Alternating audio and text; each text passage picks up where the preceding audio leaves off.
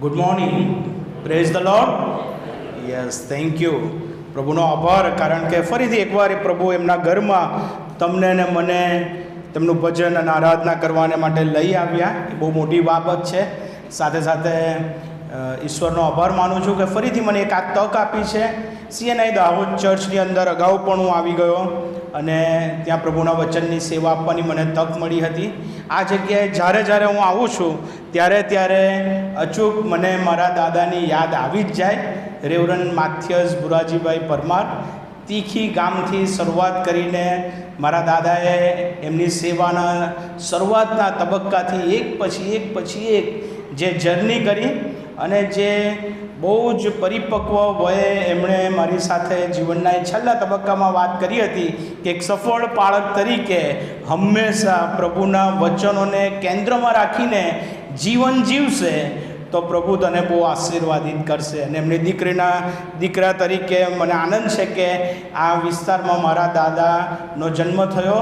એ તીખી ગામથી શરૂઆત કરીને એ અમદાવાદ સુધીની એમની જર્ની રહી અને પ્રભુના જે આશીર્વાદો એમણે મેળવ્યા એ તો મેળવ્યા, પણ એમના કુટુંબના પરિવારના બાળકોએ પણ એ પ્રાપ્ત કર્યા. એ સાથે રેવરન્ડ દિલીપ નીનામા સરનો પણ હું ખાસ રીતે સર આભાર માનું છું. Thank you so much. તમે આવકારના શબ્દો મને કયા, જે રીતે ઇન્ટ્રોડક્શન આપવામાં આવ્યું, પ્રભુનો જ આભાર માનું છું, કારણ કે પ્રભુએ મને CNIની અંદર પાળક તરીકેની સેવામાં તેડ્યો. એટલું જ નહીં, પણ સાથે મને ગુજરાત મિશનરી મુવમેન્ટમાં કોર્ડિનેટર તરીકે અને ગુજરાત યુનાઇટેડ સ્કૂલ ઓફ થિયોલોજીમાં પ્રોફેસર તરીકેની સેવાની એ તક એમના તરફથી મને મળી. બેચલર ઓફ ડિવિનિટીનો અભ્યાસ પૂરો કર્યો, માસ્ટર ઓફ થિયોલોજીનો અભ્યાસ પૂરો કર્યો, અને બધું જ પ્રભુની કૃપા થકી થયું. મારા સામર્થ્ય, મારી હોશિયારી, મારા જ્ઞાનથી નહીં, પણ એકમાત્ર પ્રભુની કૃપા. અને આપણા જીવનોની અંદર પ્રભુ તબક્કાવાર જે કાર્ય કરે છે તે આપણે પાછળ ફરીને જોઈએ તો અનુભવી શકીએ છીએ. આ સમયે હું ખાસ ક્વાયરને પણ અભિનંદન આપીશ. વેલ મેચ્યોર્ડ ક્વાયર CNI દાહોદ ચર્ચને મળ્યું છે. એક સૂત્રતામાં, એક રીતે ખાસ ગીતોની સાથેની તેમની સેવાઓ, જે મંડળીઓમાં ક્વાયર અદ્ભુત અજાયબ સેવાઓ આપે છે, એનો આશીર્વાદ સમગ્ર મંડળીને પ્રાપ્ત થાય છે, અને વિશેષ કરીને ભજન સેવા દરમિયાન. અને આ સમયે હું ને મારા પત્ની ને મારી દીકરી અહીંયા આવ્યા, તેને માટે પણ પ્રભુનો આભાર માનું છું. ને મંડળીના સર્વ ભાઈ બહેનોને પ્રભુ ઈસુ ખ્રિસ્તના નામમાં થેન્ક યુ, પ્રેમી સલામ. આવો પ્રાર્થના કરીએ અને પ્રભુના વચનો તરફ આપણે શિક્ષણ પ્રાપ્ત કરીશું. જીવનના સ્વામી, અમે તમારો આભાર માનીએ છીએ, કારણ કે તમારું વચન બેધારી તલવાર જેવું છે. એ વચન કે જે અમારા હૃદયોને સ્પર્શ કરે છે. તમારી વાણી જ્યારે અમે સાંભળીએ ત્યારે પવિત્ર આત્મા એના પર જે કાર્ય કરે, અમારા મનના નવીનીકરણ, બદલાણ, અમારા સ્વભાવની સમજણ જે અમે પ્રાપ્ત કરી હોય, પણ વચન દ્વારા એ સમજણની પ્રભુ તમે અમને એવી ઊંડાઈમાં લઈ જાઓ છો કે જેથી કરીને એ વચન અમારા જીવનને માટે અર્થસભર બને છે, જીવનની અંદર એક નવી રાહ આપનાર બને છે, દિશા અને દર્શન આપનાર બને છે. ને આજે સવારે ફરીથી એકવાર અમે તમારા વચનો તરફ દ્રષ્ટિ કરીએ ત્યારે તમારો આત્મા, તમારી મધુર વાણી સાંભળવાના માટે અમારા હૃદયોને તૈયાર કરો. તમારા આત્માનો સ્પર્શ તમે અમને આપો. પ્રભુ ઈસુના નામમાં માંગીએ છીએ, આમેન. પ્રભુના વચનોની અંદર ઘણી બધી બાબતો સમાયેલી છે, અને તે તરફ આપણે દ્રષ્ટિ કરીએ તે પહેલાં એક શોર્ટ સ્ટોરી હું તમને કહેવા માગું છું. એક મહાન સંત હતા. સંતનો સ્વભાવ કેવો હોય? સંત એટલે હંમેશા સંત કોને કહેવામાં આવે? કે જે મેચ્યોર હોય, ઠરેલ હોય, ધીર ગંભીર હોય, પ્રેમાળ હોય, સાંભળનાર હોય, સાથે રહેનાર હોય, અને એક એવું વ્યક્તિત્વ કે જે ગમી જાય. અને એવા એક સંત જ કે જે પોતાના જીવનની અંદર આગળ વધી રહ્યા હતા, ને એક દિવસ એક સ્થળથી બીજે સ્થળ જવા માટે તેઓ રસ્તે ચાલી રહ્યા હતા. એવા સમયમાં તેમને એક નદી ક્રોસ કરવાની આવી, અને નદી ક્રોસ કરતા હતા ત્યારે નદી પસાર કરતાં જ્યારે જઈ રહ્યા હતા ત્યારે તેમણે જોયું કે એ નદીના પ્રવાહની અંદર એક વીંછી એ તણાઈ રહ્યો છે. અને એમનો જે સ્વભાવ હતો તે પ્રમાણે એમને એમ થયું કે આ વીંછીને બચાવી લેવો જોઈએ, એને ડૂબવો જોઈએ નહીં. અને એટલા માટે એણે એ ડૂબી ના જાય એના માટે એણે કોઈક રીતે પ્રયત્ન કરીને વીંછીને બચાવીને નદીને પેરે પાર લઈ જતા હતા. પણ વીંછી તો એની પ્રકૃતિ પ્રમાણે શું કર્યું કે એણે તો ડંખ મારી દીધો. અને પછી સંત ત્યાં પહોંચ્યા બીજે તરફ, ત્યારે થોડા લોકો ઊભા હતા. એમણે કહ્યું કે તમે વળી આ વીંછીને ક્યાં બચાવ્યો?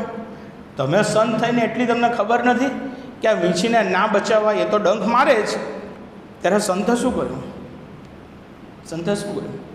સંતે એવું કહ્યું, એ એની પ્રકૃતિ હતી જે એણે કર્યું, આ મારી પ્રકૃતિ છે જે મેં કર્યું. વાલાઓ, પ્રભુનું વચન એ તમને કઈ પ્રકૃતિમાં રહેવા તેડે છે તે આજના વચનના સંદર્ભમાં અને મધ્યવર્તી વિચાર અને કેન્દ્રમાં બધા જ ફિલિપીઓનો પત્ર તેનો 2 અધ્યાય ને તેની 5મી કલમ તરફ તમે જુઓ તો ત્યાં તમને ખબર પડશે કે આપણે કયા પ્રકૃતિના, કયા સ્વભાવના છે અને આપણે કયા સ્વભાવના બનવાની જરૂર છે. ત્યાં લખ્યું છે 2 અધ્યાયની 5મી કલમમાં, ખ્રિસ્ત ઈસુનું મન જેવું હતું તેવું તમે પણ રાખો. ખ્રિસ્ત ઈસુનું મન કેવું હતું? અને આજનો વિષય આ છે. ખ્રિસ્ત ઈસુનું મન જેવું હતું તેવું તમે પણ રાખો. આ વિધાન છે, આ ઈચ્છા છે, આ એક સ્પષ્ટીકરણ છે કે આ એક આજ્ઞા છે? તમને શું લાગે છે? પ્રભુના વચનોમાં જે લખ્યું છે એ ખાલી એક વિધાન છે કે પછી એ આજ્ઞા છે? પ્રભુ અહીંયા કહે છે કે તમે તમારી ઈચ્છા હોય તો રાખશો એમ નથી કહેતા, પણ ત્યાં બહુ સ્પષ્ટ ફ્રેઝ લખ્યો છે કે તમે દરેક જણ ખ્રિસ્ત ઈસુનું મન જેવું હતું તેવું રાખો. હવે જો તમે ધ્યાનથી આ અધ્યાયનો અભ્યાસ કરો તો ફિલિપીઓને મંડળીને પાઉલ પ્રેરિતે જે પત્ર લખ્યો એ ખાસ કરીને પ્રભુ ઈસુ ખ્રિસ્ત પર વિશ્વાસ કરનારા લોકો સર્વ ઐક્યતાના બંધનમાં રહે એ એનો મૂળભૂત વિચાર હતો કે બધા જ અલગ અલગ સ્વભાવના લોકો એક કેવી રીતે રહી શકે. મેં મારો માસ્ટર ઓફ સાયકોલોજીનો જે અભ્યાસ કર્યો, ક્લિનિકલ સાયકોલોજીનો, ત્યારે પર્સનાલિટી ટ્રેટ્સ પર ઘણો બધો અભ્યાસ કરવાનો આવ્યો અને તમારામાંથી પણ ઘણાએ કર્યો હશે. બધા જ અલગ અલગ સ્વભાવના વ્યક્તિ એક સ્વભાવના થઈ શકે ખરા? એ પોસિબલ જ નથી. તો પછી અહીંયા પ્રભુનું વચન તમને ને મને એવું શા માટે કહે છે કે ખ્રિસ્ત ઈસુનું મન હતું તેવું તમે પણ રાખો? કારણ કે જો ખ્રિસ્ત ઈસુનું મન કેવું હતું એ જો તમે સમજો તો તમારામાંથી એક ખાસ પ્રકારની સ્વીકૃતિ લેવલ એવી આવે કે જેથી કરીને આપણે એ પ્રક્રિયાનો ભાગ બની શકીએ.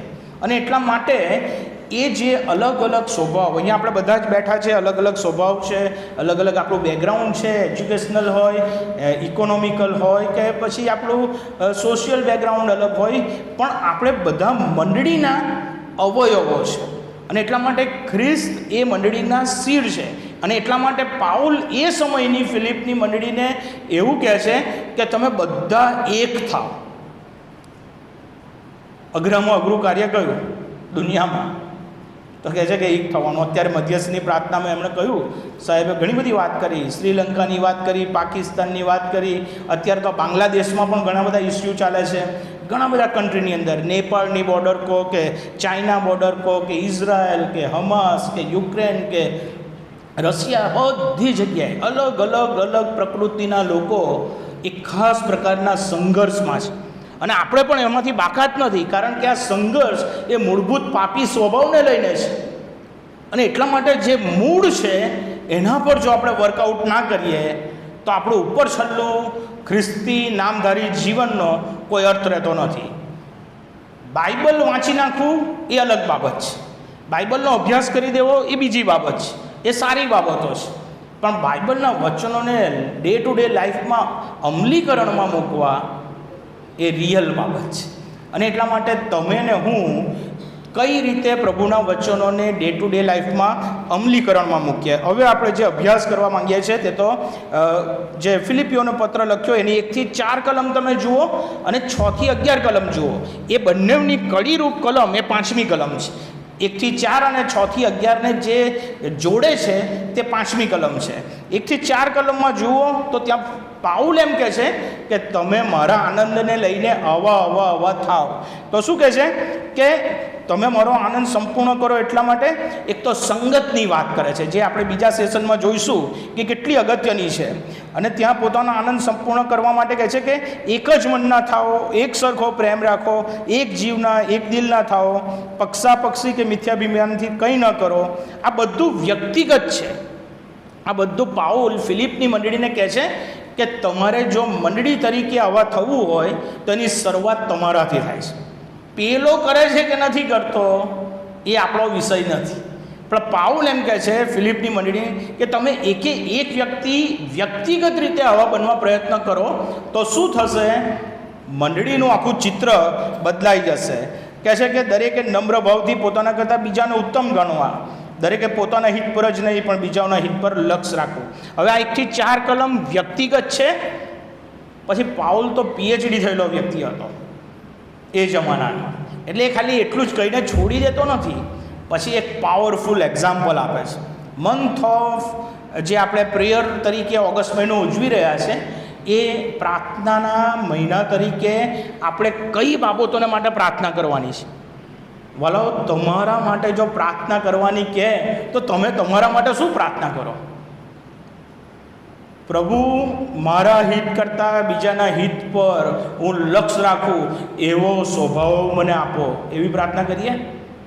કે પછી પ્રભુ, મારા અભ્યાસમાં મને સફળતા, તરક્કી આપો, મારા બિઝનેસને આશીર્વાદિત કરો, મારા ઘરમાં મારા બાળકોને તમે પુષ્કળ તરક્કી આપો. સી, જે the prayer which we are going to perform, આપણે આપણા લાઈફની અંદર કરવા માંગીએ છીએ તે આ પ્રાર્થના છે કે પ્રભુ, તમે મને મંડળી સાથેની ઐક્યતાના બંધનમાં રાખવા માટે નમ્ર બનાવો. પ્રભુ, તમે મને મિથ્યાભિમાનથી દૂર રાખો. પ્રભુ, તમે મને મારા હિત પર નહીં પણ બીજાઓના હિત પર લક્ષ્ય રાખવાને માટેની સહાય કરો. આવી પ્રાર્થના પાઉલ કરવાનું કોને કહે છે? ફિલિપીઓની મંડળીને. અને તો શું થશે? તો તમે ઐક્ય થશો. પણ ત્યાંથી પૂરું નથી કરતા, પણ ત્યાંથી એક એક્ઝામ્પલ આગળ આપે છે. અને શું કહે છે? 6 થી 11 કલમમાં કોનું એક્ઝામ્પલ આપે છે? પ્રભુ ઈસુ ખ્રિસ્તનું એક્ઝામ્પલ આપે. કારણ કે એમના જેવું બેસ્ટ એક્ઝામ્પલ બીજું કોઈ હોય જ ના શકે. અને એટલા માટે પ્રભુ ઈસુ ખ્રિસ્ત કોણ હતા અને એમણે શું કર્યું એને ફોકસ કરે છે. કોણ હતા, શું કર્યું, અને સૌથી અગત્યનો ક્વેશ્ચન શું આવે? કોના માટે કર્યું? તમારા માટે ને મારા માટે વધસ્તંભ પર, જ્યાં મારે ને તમારે મરણ પામવાનું હતું, એ દુઃખ તમારે ને મારે સહન કરવાનું હતું, પણ તમારા ને મારા માટે કોણ સહન કર્યું? ઈસુ ખ્રિસ્તે સહન કર્યું. કેમ સહન કર્યું? કારણ કે તે એવું ઈચ્છતા હતા કે તમારામાંથી કોઈનો નાશ ન થાય પણ તેઓ અનંત જીવન પામે. ને એટલા માટે ઓથોરિટી ઓફ જીસસ ક્રાઇસ્ટ એ તમે જુઓ તો 6લી કલમમાં કહે છે, અને દેવ બાપના મહિમાના અર્થે દરેક જીભ કબૂલ કરે કે ઈસુ ખ્રિસ્ત પ્રભુ છે. See, this is the way God has prepared our life. He mould us, he shape us. એટલા માટે કે અલ્ટિમેટલી આપણે ખ્રિસ્ત ઈસુના મન જેવું રાખીએ. હવે પ્રશ્ન પહેલો અહીંયા પૂછાય, કારણ કે હું ટીચર છું, પ્રોફેસર છું, એટલે ક્વેશ્ચન વગર હું આગળ વધતો નથી. પ્રશ્ન તમારી જાતને એવો પૂછવાનો કે ખ્રિસ્ત ઈસુનું મન રાખવા માટે મને કઈ કઈ હિન્ડ્રન્સ પડે છે, કઈ અડચણો આવે છે, કઈ તકલીફ મને પડે છે. હું પ્રભુ ઈસુનું ખ્રિસ્તના જેવું મન રાખવા માગું છું, હું પવિત્ર મન રાખવા માગું છું. પ્રભુ ઈસુ ખ્રિસ્ત કેવા હતા? એમનું મન કેવું હતું? પવિત્ર હતું. પ્રભુ, હું પવિત્ર મન રાખવા માગું છું. જેઓ પવિત્ર છે તેઓ દેવને જોશે, એવું પ્રભુનું વચન કહે છે. અને પ્રભુ ઈસુ ખ્રિસ્ત માટે એવું કહેવાય છે કે તેઓએ કદી પાપ કર્યું નહોતું. પ્રેરિતોના કૃત્ય 3 અધ્યાય 14મી કલમમાં જુઓ તો કહે છે કે તે પવિત્ર તથા ન્યાયી છે. અને તમે ત્યાં જુઓ ગલાતી 3 અને 13માં પણ, રોમી 4 અને 6માં પણ, બધી જ કલમોની અંદર પ્રભુ પવિત્ર હતા. પ્રભુ, હું પણ પવિત્ર જીવન જીવવા માંગુ છું. પ્રભુ, હું મારા જીવનની અંદર જે અશુદ્ધતા છે, જે વ્યભિચાર છે, જે પાપ છે, જે વ્યસન છે, પ્રભુ મારા જીવનની અંદર જેટલા પણ એવી ગુનાહિત બાબતો કે જેનાથી તમારા આત્માને ખિન્નતા થાય છે એ હું દૂર કરવા માગું છું, તો તમને કઈ અડચણ પડે છે? તમને કઈ બાબત એ પવિત્રતાના મન રાખવાને માટે નડતરરૂપ છે? તમારે એક્સરસાઇઝ કરવી પડશે. ફક્ત ને ફક્ત પ્રભુ ઈસુ ખ્રિસ્તના જીવનમાં પરીક્ષણ આવ્યા નહોતા એવું નહોતું. બાઇબલ એવું કહે છે આપણી પેઠે તેઓ પણ શું પામેલા હતા? પરીક્ષણ પામ્યા હતા. એમના જીવનમાં પરીક્ષણ આવ્યું નહોતું એવું નહોતું, એમના જીવનમાં પણ પરીક્ષણ આવ્યા. આપણી પેઠે તેઓ પણ એ પરીક્ષણમાંથી પસાર થાય. એટલે વિચાર કરો, જે પરીક્ષણોમાંથી આપણે બધા પસાર થઈએ છીએ એ બધા જ પરીક્ષણો શૈતાન એમના જીવન પર પણ લાવ્યા. કારણ કે એ પ્રજા એ યહૂદી લોકો તો એમને શું બનાવવા માંગતા હતા? રાજા બનાવવા માંગતા હતા કે આ આપણી મધ્યે એક એવી પર્સનાલિટી છે કે જે રાજા જેવી છે. અને પ્રભુ તો કયા રાજા બનવા આવ્યા હતા? ખાલી યહૂદીઓના, જગતના રાજા તરીકે આવ્યા હતા. એટલે કે એ પ્રશ્ન મારે તમને થવો જોઈએ કે એવી કઈ બાબતો છે કે જે તમને ને મને ખ્રિસ્ત ઈસુનું મન જે હતું તેવું રાખતા અટકાવે છે. પ્રભુ ઈસુ ખ્રિસ્ત પ્રેમાળ હતા. આ જમાનામાં પ્રેમાળ બનવું એ બહુ અઘરી એક્સરસાઇઝ છે, એટલું સરળ નથી. પ્રેમાળ બનવા માટે બાઇબલની પાવરફુલ વર્ડ્સ કઈ છે ખબર છે? 1 કોરિન્થી 13મો અધ્યાય. 1 કોરિન્થી 13મો અધ્યાય. ઇઝરાયલ જવાની જ્યારે મને તક મળી અને ઘણા બધા લોકો રુદનની દિવાલ પાસે જઈને પ્રાર્થનાઓ કરે છે બહુ વિશ્વાસને આસ્થાઓ સાથે. ઘણા બધા જતા હોય એમને ચિઠ્ઠીઓ પણ આપે છે, મને પણ આપેલી ઘણાએ કે સાહેબ આ ચિઠ્ઠી ત્યાં મૂકજો અને પ્રાર્થના કરજો અમારા માટે. અને હું મારા વાઈફને દીકરી ગયા ત્યારે ત્યાં અમે પણ પ્રાર્થનાની તક મળી. બધાએ જાતની પ્રાર્થના કરી, પોતાના જીવન માટેની હોય, સિદ્ધિ માટેની હોય. એટલે કોઈનો આપણે ન્યાય નથી કરતા, પણ દરેક જણે એમની ઈચ્છા પ્રમાણેની પ્રાર્થના કરી. અને હું જ્યારે ત્યાં ગયો અને મારો વારો આવ્યો તો મને પણ થયું કે મારે શું પ્રાર્થના કરવી જોઈએ, મારે શું પ્રાર્થના કરવી જોઈએ. અને રુદનની દિવાલ પર લોકોને હું જ્યારે જોતો હતો તો બહુ જ આસ્થાઓ સાથે તેઓ, કારણ કે એ જે જગા છે તેના માટે બાઇબલમાં લખ્યું છે કે ત્યાંથી હું તારી પ્રાર્થના સાંભળીશ. કારણ કે એ જગાએ એ સુલેમાન રાજાએ જે આખું મંદિર બનાવ્યું ને એ જ જગા કે જ્યાં બહુ જ વિશ્વાસના અઘરા કાર્યો થયા. એ ઇબ્રાહીમની વાત તમે જુઓ તો એ જગાની પાસે જ બલિદાન આપવાની વાત હતી. સુલેમાન રાજાએ જે માંગ્યું કે મને જ્ઞાન આપો એ જ જગા હતી. એટલે એ જગા બહુ ખાસ જગા તરીકે એ ઇઝરાયલના ઇતિહાસમાં વણાયેલી છે અને લોકો આસ્થા સાથે હજુ પણ જાય છે. અને મેં પણ પ્રાર્થના કરી કે પ્રભુ તમે જેવો જગત પર પ્રેમ કર્યો એ દૈવી પ્રેમ જે છે એવું પ્રેમ રાખવાનું હૃદય તમે મને આપો. દરેક વ્યક્તિએ પોતાની ઈચ્છા પ્રમાણેની પ્રાર્થના કરી. પ્રેમાળ બનવું એટલું સરળ નથી વાલાઓ. આ જે દુનિયા છે એ દુનિયાની અંદર બહુ બધા સંદેશા હોય, પણ તમને ખબર છે બાઇબલ સોસાયટી હંમેશા નવો કરાર જ્યારે છાપે છે ને ત્યારે એક શબ્દ ઉપર લખે તે મને બહુ જ ગમે છે. અને તેમણે જ્યારે છાપેલું હતું ત્યારે મેં એમાં લખ્યું હતું આપણી પાસે બાઇબલ છે એટલે આપણે નવો કરાર કે જૂનો કરાર એવું લખ્યું હોય અથવા તો બાઇબલ લખ્યું હોય છે. પણ વચ્ચે એક સમયે બાઇબલ સોસાયટીએ એવું છાપ્યું હતું પ્રેમ સંદેશ. એવા લોકોને માટે કે જેઓએ જીવનની આશા ગુમાવી દીધી છે, એવા લોકો કે જેઓએ જીવનનો ખરો પ્રેમ જાણ્યો નથી. પ્રેમ માટે ઘણું બધું કહી શકાય, પણ પ્રભુનો પ્રેમ એવો હતો જે સ્વાર્થી નહોતો, જે સ્વાર્પિત હતો, સમર્પિત હતો. તમારો પ્રેમ કેવો? માતા પિતા તરીકેનો, પતિ પત્ની તરીકેનો, બાળકો તરીકેનો, વડીલો તરીકેનો, મંડળીના લોકો પરનો તમારો પ્રેમ એ શું આ દૈવી પ્રેમ પ્રભુ ઈસુ ખ્રિસ્તે કર્યો તેવો પ્રેમ? યોહાનની સુવાર્તા તેનો 14મો અધ્યાય ને 31મી કલમ કહે છે, પણ જગત જાણે કે હું બાપ પર પ્રેમ રાખું છું.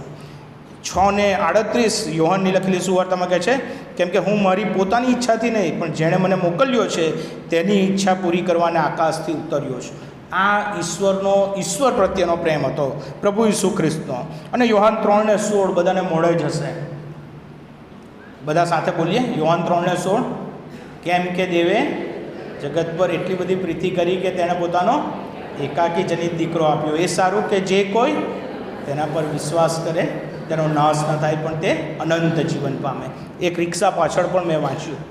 એ રિક્ષા પાછળ લખનાર વ્યક્તિએ કેટલી જગ્યાએ આ સંદેશો એમણે ફેરવ્યો, કેટલા લોકોએ વાંચ્યો. જે કોઈ વિશ્વાસ કરે, ખાલી આપણે જ નહીં, જે કોઈ જગતના કોઈ પણ વ્યક્તિ. અને વલો તમે ને હું તો એ પ્રેમથી જો અધૂરા હોઈએ અથવા એ પ્રેમનો અનુભવ જો ના કર્યો હોય તો મને અફસોસ છે. પ્રભુએ આટલું સ્પષ્ટ તમને મને શિક્ષણ આપ્યું છે ને એટલે માટે પ્રભુ કહે છે કે એવો પ્રેમ તમે કરો. ખ્રિસ્ત ઈસુનું મન રાખવું છે, મંડળીની ઐક્યતાને બાંધી રાખવી છે. બીજાઓ શું કરે છે એ મારો વિષય નથી, પણ હું તો મારી મંડળી, પ્રભુએ જે મને મંડળી આપી છે એને પ્રેમ કરીશ. કેટલી બધી વાર મંડળી માટેના વિચારોમાં આપણે મંડળીના બધા જ સભ્યો, મારી જાતને પણ હું ઇન્ક્લુડ કરું છું, બધા સભ્યો કેટલો એક પેજ પર કેટલું સારું છે અને એક પેજ પર કઈ કઈ તકલીફો છે જો લખવાનું કહે તો આપણી પાસે તો કયું પાનું વધી જાય.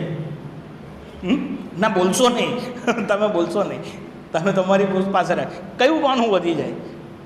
પણ હું મારી મંડળીને પ્રેમ કરું છું અને એટલા માટે હું પ્રેમ કરું છું એટલા માટે કારણ કે પ્રભુ ઈસુ ખ્રિસ્ત એ મંડળીના સિંહ છે. વાલો તમે ઇતિહાસ જાણો, દાહોદ મંડળીનો ઇતિહાસ આપણી જુવાન પેઢીને કહો. કેટલા સંઘર્ષો પછી આ જગ્યાએ તમે બેસી રહ્યા છો. તમે આ આટલું ભવ્ય અને આશીર્વાદિત જે ચર્ચ આપણને મળ્યું છે એ એમને બની ગયું નહીં હોય. આપણે તો બેસીને આનંદ જ માણીએ છીએ, પણ એની પાછળ કેટલો બધો પરસેવો હશે, કેટલી પ્રાર્થનાઓ હશે, કેટલી આંસુઓ હશે, કેટલાએ લોહી પણ એની પાછળ વેવડાવ્યા હશે. ત્યારે આ આશીર્વાદિત સ્થળ તમને ને મને મળ્યું છે. તો એની આપણને કિંમત, એની માટેનું આપણને બિલોંગિંગનેસ હોવું જોઈએ કે આ મારી મંડળી, એ ભાવના પોતાપણાની ભાવના હોવી જોઈએ. અને તો જ ખ્રિસ્ત ઈસુનું મન જેવું હતું તેવું તમે પણ રાખશો. બીજાઓ પ્રત્યેના, અન્ય આત્માઓ પ્રત્યેનો પ્રેમ. દાહોદ મંડળી, મેં ગઈકાલે સાહેબને પૂછ્યું કે સાહેબ કેટલા કુટુંબો? તો બહુ બધા કુટુંબો, 300-400 કરતાં વધારે બધા કુટુંબો છો તમે. તો દાહોદ મંડળી, દાહોદ મહીસાગર, એની બહુ મોટી જવાબદારી કે અન્ય મંડળી બહારના લોકો પ્રત્યેનો એમનો પ્રેમ, આત્માઓ પ્રત્યે અનુકંપા. આ પુસ્તક વાંચ્યું છે? જો ના વાંચ્યું હોય તો અચૂક વાંચજો. આત્માઓ પ્રત્યે અનુકંપા. હું બચી ગયો, મારું ઘર બચી ગયું, પ્રભુ ઈસુનો પ્રેમ મેં જાણી લીધો, વિશ્વાસ મેં કરી લીધો, પાપોની કબૂલાત મેં કરી લીધી એટલે હું ખુશ. ના, આ બધું કર્યું કારણ કે કોઈકે તમારા માટે પ્રાર્થના કરી. ઓગસ્ટ મહિનો પ્રાર્થનાનો મહિનો છે અને એટલા માટે તમારી જવાબદારી છે કે તમારા એવા મિત્રોને માટે તમે પ્રાર્થના કરો. ઓગસ્ટ મહિનો 31 દિવસો, 31 દિવસોમાં 31 વ્યક્તિઓ એવા તમારી પાસે હોવા જોઈએ કે જેને માટે તમે બહુ જ સહિત પ્રાર્થના કરો. એ આત્માઓ પ્રત્યેની અનુકંપા. મંડળીનો ઉદ્ભવ, ઇતિહાસ, મંડળીનો ઇતિહાસ એવું કહે છે, મંડળી શા માટે બની? તો મંડળી એટલા માટે નથી બની કે આપણે ફક્ત આપણે પૂરતું જ રહીએ. મંડળી ઈસુ ખ્રિસ્તે એટલા માટે બનાવી કે એ બીજા આત્માઓને, બીજા લોકોને, અન્ય વિશ્વાસના લોકોને અહીંયા લાવે. અને એટલા માટેની જવાબદારી કોની છે? પાળક સાહેબ કે જીએમના મિશનરીઓની જ નહીં, આપણા બધાની, કે જેઓ આપણે પ્રભુ પર પ્રેમ કરીએ છીએ. અને તો ને તો તમારી પાસે એવું મન આવશે, પ્રભુ જેવું કરુણાળું હૃદય. એવું લખ્યું છે કે પ્રભુ ઈસુ ખ્રિસ્તે એ લોકો પર કરુણા આવી. એવું બાઇબલમાં લખ્યું છે કે તેઓ પાળક વગરના ઘેંટા જેવા હતા. અનુકંપા, કરુણા આવી. કેમ? કારણ કે તેમને ગાઈડ કરનાર કોઈ જ નહોતું. વલાઓ, તમારી પાસે પ્રભુનું વચન છે, તમારી પાસે પાળક સાહેબ છે, તમારી પાસે આત્મિક આગેવાનો છે, વડીલો છે કે જે તમને રાઈટ ટ્રેક પર લઈ જઈ શકે છે, દોરી જઈ શકે છે. પણ કરુણા જ ના આવતી હોય તો, અનુકંપા જ ના થતું હોય તો, એ હૃદય જ એટલું ડ્રાય હોય કે એમાં એ મંડળી પ્રત્યે એ પ્રકારની ઈચ્છા જ ના આવતી હોય તો આપણે વિચારવાની જરૂર છે. બાઇબલમાં લખ્યું છે કે પ્રભુ ઈસુ ખ્રિસ્તને એ નિકોદિમસને માટે, એ સમરૂની સ્ત્રીને માટે, એ અશુદ્ધ આત્મા વળગેલા માણસને માટે, બધા માટે તેમને કરુણા આવી, દયા આવી. માર્ક 9:22-25, માર્ક 5:1 1-13, લુક 4:41, કોઢિયા પ્રત્યે ઈસુને કરુણા આવી, માર્ક 1:40-41. આ બધી રેફરન્સીસ છે કે જેમાં કહેવાનો ઇન્ટેન્સ એ છે કે લોકોને જોઈને કરુણા આવી. કરુણા શબ્દનો અર્થ શું? કરુણા શબ્દનો અર્થ શું? ખાલી કોઈ બહુ જ તકલીફ ને મુશ્કેલીમાં હોય, 4 રસ્તે હું મારી એસી કારમાં બેસીને જતો હોઉં, ભયંકર ગરમી હોય, અમદાવાદની અંદર 48 ડિગ્રી ટેમ્પરેચર હોય, આમ પસીનો નીકળતો હોય, પણ હું શાંતિથી મારી એસી ગાડીમાં બેઠો હોઉં અને બહાર કોઈક એવી વ્યક્તિ કે જેને શારીરિક બહુ બધી તકલીફો છે, એ એના ગુજરાન માટે કંઈક માંગી રહી છે, અને એને જોઈને મને અંદર બેઠા બેઠા અરે રે રે કેટલી બિચારાને તકલીફ છે. એ ના, એ નહીં. એનાથી વિશેષ જ્યારે પ્રભુ ઈસુ ખ્રિસ્તને કરુણા આવી ત્યારે એમણે કંઈક કર્યું, અને ત્યારે એ કરુણા આવી અને એમણે મદદરૂપ બન્યા. આ બહુ નાની બાબત છે, પણ મને બહુ સ્પર્શ કરી ગઈ, અને મેં ઘરે આવીને મારા વાઈફ હેઝલને કહી. એક દિવસ બહુ જ ઉતાવળમાં હતો, બહુ અગત્યના કામને માટે હું જઈ રહ્યો હતો, અને મારી સ્કૂટી પર હું જતો હતો, અને એકદમ જ મારી નજર એક અંધ વ્યક્તિ પર પડી કે જે રસ્તો ક્રોસ કરવા માટે પ્રયત્ન કરી રહ્યો હતો. મને વિચાર પણ આવ્યો કે આ વ્યક્તિને એક રસ્તો ક્રોસ કરવો છે. અને હું શા માટે તમને કહું છું? કારણ કે આવું બને છે, અમારાથી પણ આવું થાય, આપણા બધાથી થાય. We all are human beings, but we have to be very careful. અને મેં મારી અગત્યના કામમાં હોવાથી મેં મારી ગાડીને આગળ ચલાવી દીધી, પણ એ ચિત્ર મારા મનમાંથી ગયું નહીં. મારું કામ પતી ગયું, હું પાછો ઘરે આવી ગયો, હેઝલ સાથે જમવા બેઠો, પણ એ બાબત મને વિચાર આવે કે કેમ આ બાબત મારા મનમાંથી જતી નથી.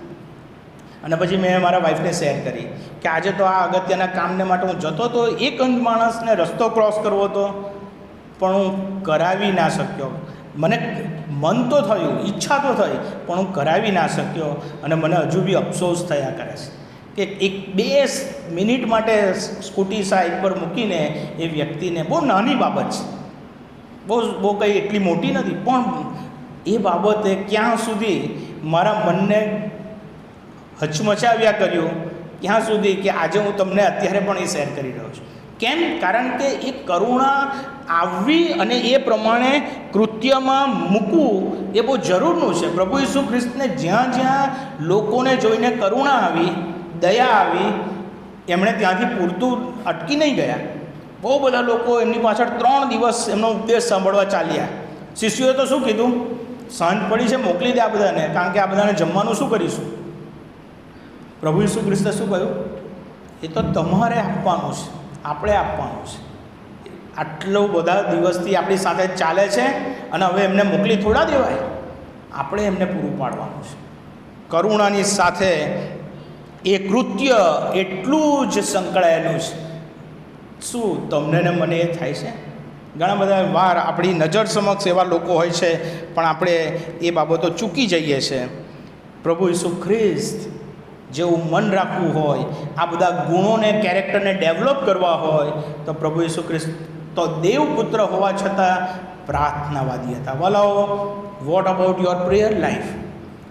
ઓનલી મંથ ઓફ ઓગસ્ટ આપણે પ્રેયર સેલિબ્રેશન. પ્રાર્થનાવાદી હોવું એ ખ્રિસ્તી જીવનની અંદર બહુ જ અગત્યનું છે. એનો કોન્સેપ્ટ તમે સમજો. એવું નથી કે હું કેટલા કલાક કન્ટિન્યુઅસ પ્રાર્થના કરું છું. હું 1 કલાક પ્રાર્થના કરું છું, હું સવારે 4 વાગે ઉઠીને પ્રાર્થના કરું છું, 2 કલાક પ્રાર્થના કરું છું, એવું નથી. પણ મારું લાઈફ પ્રેયર લાઈફ બને છે. હું કન્ટિન્યુઅસ પ્રાર્થનામાં હોઉં છું. કદાચ હું 1 કલાક 2 કલાક કન્ટિન્યુઅસ પ્રાર્થના નથી કરતો, તો સવારે હું મારું સૌથી પહેલો પ્રેયર લેટર કયો બને છે? એ મારું ન્યૂઝપેપર બને. સવારે ઉઠીને જ્યારે તમે ન્યૂઝપેપર વાંચો છો, દેન યુ સ્ટાર્ટ પ્રેયર. એના માટે એવું જરૂર નથી એક જગ્યા પર તમે જાઓ, બેસો, હાથ જોડો, આંખ બંધ કરો. ના, prayer comes from your heart. તમારા હૃદયમાંથી પ્રાર્થના આવે છે, અને એ કોણ કરાવડાવે છે? બાઇબલમાં લખ્યું છે. કોણ કરાવે છે? પવિત્ર આત્મા તમને પ્રાર્થના કરતા શીખવે. પ્રભુ ઈસુ ખ્રિસ્તને એમના શિષ્યોએ પૂછ્યું કે, એમને કહ્યું કે પ્રભુ અમને પ્રાર્થના કરતા શીખવો. અને પ્રભુએ કઈ પ્રાર્થના શીખવી? Lords prayer. જેમ આકાશમાં તેમ પૃથ્વી પર તમારી ઈચ્છા પૂરી થાવ. અને વાલાઓ, આ જે પ્રાર્થનાઓ છે એ તમારા ન્યૂઝ લેટરથી સ્ટાર્ટ થાય છે અને તમારા રોજિંદા એમાં કેટલી બધી પ્રાર્થનાની વિનંતીઓ મળે છે. સ્કૂલે જતા હો, કોલેજ જતા હો, ટ્યુશન જતા હો, અભ્યાસ માટે કે પછી જોબ પર જતા હો કે બિઝનેસ માટે જતા હો કે વેજીટેબલ્સ ખરીદવા જતા હો કે તમે કોઈ પણ કામ માટે જતા હો, જે રસ્તેથી તમે જાઓ છો ત્યાં કેટલા બધા લોકો રહેશે, કેટલી બધી શોપ છે, કેટલા બધા ટેમ્પલ છે, મોક્સ છે, કેટલી બધી એવા રિલિજિયસ ફેક્ટર્સ છે, કેટલા બધા એવા પાનના ગલ્લા છે, કેટલી બધી પોલીસ સ્ટેશનો છે. જ્યાં જોશો ત્યાં જો પ્રાર્થના કરવાનું હૃદય હશે તો તમે પ્રાર્થના કરી શકશો, તમારા વાહન પર જ, તમે તમારા હૃદયથી એ બાબતોને માટે. અને પ્રભુ ઈસુ ખ્રિસ્ત પણ ત્યાં હંમેશા પ્રાર્થના કરવા માટે તો બહુ બધા રેફરન્સ છે. હિબ્રોનો પત્ર 5મો અધ્યાય 7મી કલમ, લુક 12, માર્ક 1:35, ઘણા બધા રેફરન્સ કે જેમાં પ્રભુ ઈસુ ખ્રિસ્ત લોકોથી અલગ થયા અને એકાંતમાં જઈને આખી રાત એમણે પ્રાર્થના કરી. વાલો, પ્રાર્થના કરવા માટે બે ફેક્ટર્સ છે. એક તો કદાચ ચર્ચ તરીકે આપણે સાથે મળીને પ્રાર્થના કરીએ છીએ અને એક આપણે એકલતામાં પ્રભુ સાથે વાત કરીએ છીએ. જેમના પ્રાર્થનાના જીવનો મજબૂત છે તે વ્યક્તિઓના જીવનનો પ્રભુ ઉપયોગ કરે છે. અને એટલા માટે ખ્રિસ્ત ઈસુનું મન એ કલમ મોડે કરી નાખવાથી જો આવતું હોત તો હું તમને કહું, આપણા કરતાં વધારે બહારના એવા કેટલાય લોકો છે કે જેમણે વધારે કલમો મોડે કરી છે. પણ એ મન એ તો તમારા પ્રાર્થનાના જીવન પરથી આવે છે. અને પ્રભુ ઈસુ ખ્રિસ્ત જે પ્રાર્થના કરતા હતા એ બહુ કન્સર્ન સાથે પ્રાર્થના કરતા. તમારી જાણ સારું કહું છું, 1991થી મારા એક પારસી મિત્રને માટે હું પ્રાર્થના કરું છું. એ પ્રાર્થના મારા એ સ્કૂલ ડે, એ કોલેજ ડેઝથી લઈને શરૂ કરી અને આજે 2024 પરિણામ આવશે ના આવશે એ મારું કાર્ય નથી. પરિણામ તો કોણ આપશે? પ્રભુ આપશે. પણ 1991થી ચાલુ કરેલી પ્રાર્થનાઓ ચાલે છે. એની સાથે મેં સુવાર્તા શેર કરી, એને મેં બાઇબલ ગિફ્ટમાં આપ્યું, નવો કરાર ગિફ્ટમાં આપ્યો.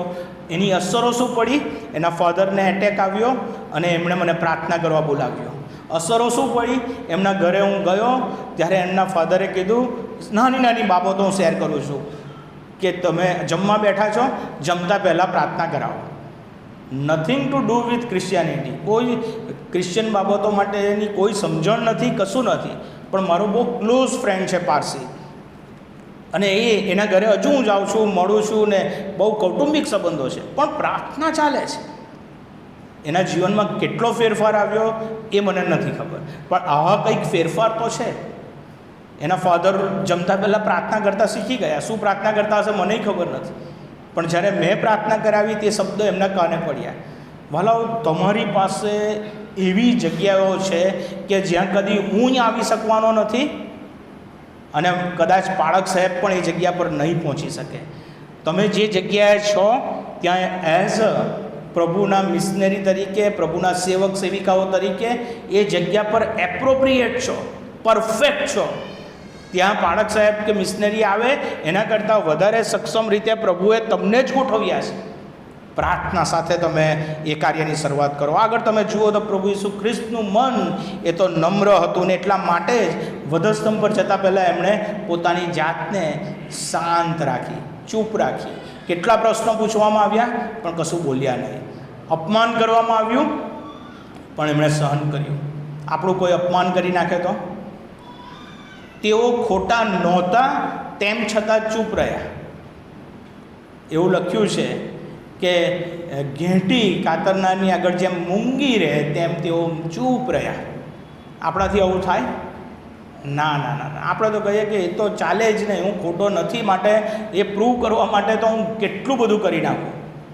પણ પ્રભુના સમયમાં એ યોગ્ય હતું અને તેઓ નમ્ર રહ્યા. વાલા, નમ્રતા એટલે એમ કહેવાય કે ઝઘડાખોર વૃત્તિથી વિરુદ્ધ વલણ, વર્તન, વ્યવહાર અને સ્વભાવ. આ નમ્રતાની ડેફિનેશન કોણે આપી છે? આ નમ્રતાની ડેફિનેશન ટોરી કરીને એક સેવકે આપી છે કે નમ્રતા એટલે ઝઘડાખોરી વૃત્તિથી, વલણ, વર્તન, વ્યવહાર, સ્વભાવથી વિરુદ્ધનું જે વલણ હોય, મનનું વલણ હોય તે નમ્રતા.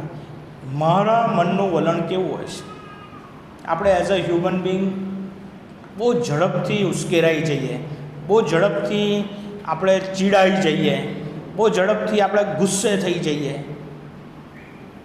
પણ મનનું નવીનીકરણ જ તારણની ખાતરી આપે છે. જો તમે પ્રભુ ઈસુ ખ્રિસ્તને તમારા અંગત તારનાર તરીકે સ્વીકાર્યા છે, તો એ સાબિત તમારા સ્વભાવથી થાય છે, નહીં કે પ્રભુના વચનો ફક્ત કંઠસ્થ કરી નાખવાથી. તમે કેવી રીતે બદલાવો છો, પ્રભુ તમારા સ્વભાવને કેવી રીતે બદલે છે, હું કેવો એ જાણવું હોય તો તમારે મારા પત્નીને પૂછવું પડે, અને જો લગ્ન પહેલાં મારા મમ્મીને પૂછવું પડે કે કેવો સ્વભાવ, તો કે અને પછી ખબર પડે કે જેમ જેમ સમયો ગયા, પરિસ્થિતિઓ બદલાય અને હવે કેવો સ્વભાવ. અને એ જે સ્વભાવ સંપૂર્ણ કોઈ થઈ જવાનું નથી. આ પૃથ્વી પર બાઇબલ એવું કહે છે કે પાપની સત્તા હેઠળ જીવતા આપણે સર્વ સંપૂર્ણ ત્યારે જ થઈશું જ્યારે આ જીવનની દોડ આપણે પૂરી કરીને પ્રભુની પાસે જઈશું. ત્યાં સુધી બાઇબલમાં એવું લખ્યું છે કે હું દર્પણમાં ઝાંખું જોઉં છું. બરાબર છે? એ રીતે તમે ને હું એ પવિત્રીકરણની પ્રક્રિયામાં આપણે આગળ વધીશું. પણ પાપની સત્તાનો પ્રભાવ આપણા પર રહેશે. પણ જે પાપનો હું ગુલામ હતો એમાંથી પ્રભુ મને છોડાવે છે અને તબક્કાવાર હું એ પવિત્ર જીવન તરફ આગળ વધું છું. અને એ રીતે પ્રભુ મારા જીવનના મનના વલણોમાં નમ્રતા લાવે છે. અને છેલ્લી બાબત એ માથી 11:29 કહે છે, તે મનમાં નમ્ર તથા રાંકડા હતા. પ્રભુ જે હેતુસર આવ્યા હતા તે હેતુમાં બહુ સ્પષ્ટ હતા કે તેમણે જગતના લોકોના માટે મરણ પામવાનું છે, અને એટલા માટે ઈશ્વર પિતાની આજ્ઞાને તેઓ અનુસર્યા. એ ઘૂંટડો પીવાની વાત આવી ત્યારે પણ તેમણે એવું જ કહ્યું કે જો આ પ્યાલો બને તો મારાથી દૂર કર, તેમ છતાં મારી ઈચ્છા પ્રમાણે નહીં પણ તમારી ઈચ્છા પ્રમાણે કરો. તમને ખબર છે તમારો આ પૃથ્વી પર આવવાનો હેતુ શું છે? તમે જે એજમાં છો, જે સ્ટેજ પર છો, એ 8 વર્ષથી લઈને 80 વર્ષની એજ સુધી હો, જેમ જેમ તમે મેચ્યોરિટી તરફ જાઓ, એ 18 વર્ષથી તે 80 વર્ષની જર્નીમાં તમને ખબર છે કે તમે કયા હેતુસર જીવી રહ્યા છો? જો તમે પ્રભુના વચનો તરફ જશો તો પ્રભુ તમને એમનો હેતુ સ્પષ્ટ કરશે. અને જેઓએ પ્રભુના હેતુ જાણી લીધા છે તેઓથી સફળતા દૂર રહી જ નથી. કારણ કે જેમને ખબર છે એ બધા જ એમના જીવનમાં સફળ કેરેક્ટર ધરાવનાર પાત્રો બન્યા છે. અને તમે બાયોગ્રાફી વાંચો તો ગમે ત્યાંથી આવ્યા હોય એવા પાત્રોને પણ પ્રભુએ જ્યારે એમના હાથમાં લીધા ત્યારે સફળતાના શિખરે પહોંચાડ્યા. પછી એ પિત્તર હોય, પછી એ માર્ક હોય, કે પછી એ પાઉલ હોય, સફળતા નિષ્ફળતાના જીવનની વચ્ચે એમણે એમના જીવનો પ્રભુને સોંપ્યા. અને પ્રભુ આપણને પણ એવી કૃપા આપે, એવી આશીષ આપે કે જેથી કરીને આપણા જીવનની અંદર પણ આપણે ખ્રિસ્ત ઈસુનું મન જેવું હતું તેવું રાખતા શીખીએ. ખ્રિસ્ત ઈસુનું મન એ આ હતું, એ પવિત્ર હતું, એ પ્રેમાળ હતું, એ આત્માઓ જીતવા માટેની અનુકંપા ધરાવનાર હતું, એ કરુણાળુ હતું, એ પ્રાર્થનાવાદી હતું, એ નમ્ર હતું, અને એ આજ્ઞાંકિત હતું કે જે ઈશ્વર પિતાની આજ્ઞાને છેલ્લા શ્વાસ સુધી પાળે છે. પ્રભુ આપણને બધાને જેવી કૃપા આપે કે ખ્રિસ્ત ઈસુના મન જેવું આપણે રાખીએ કે જેથી CNI દાહોદ ચર્ચને માટે આપણે આનંદ અને આશીર્વાદ લાવનાર પાત્રો બની શકીએ. આવો પ્રાર્થના કરીએ. જીવતા પ્રભુ, અમે તમારા હાથોમાં સોંપાઈએ છીએ. આજે સવારે તમે અમને બહુ સ્પષ્ટ શિક્ષણ આપ્યું છે. તમે કેવા હતા, તમે કોણ હતા, તમે આ પૃથ્વી પર કેમ આવ્યા, અને એની સાથે પ્રભુ તમે અમને એ પણ સમજાવ્યું છે કે અમારે કેવા થવાની જરૂર છે. હુ એમ આઈ, હું કોણ છું, એ સમજણ તમે અમને આપી. પાપની સત્તા હેઠળ આ જીવનની અંદર પણ પ્રભુ તમે પવિત્રતા તરફ અમને લઈ જનાર ઈશ્વર છો, ત્યારે અમારા સર્વના જીવનો તમારા હાથમાં લો. અમારી મંડળીને માટે તમે અમને આશીષનું કારણ બનાવો. પ્રભુ ઈસુના નામમાં માંગીએ છીએ. આમેન.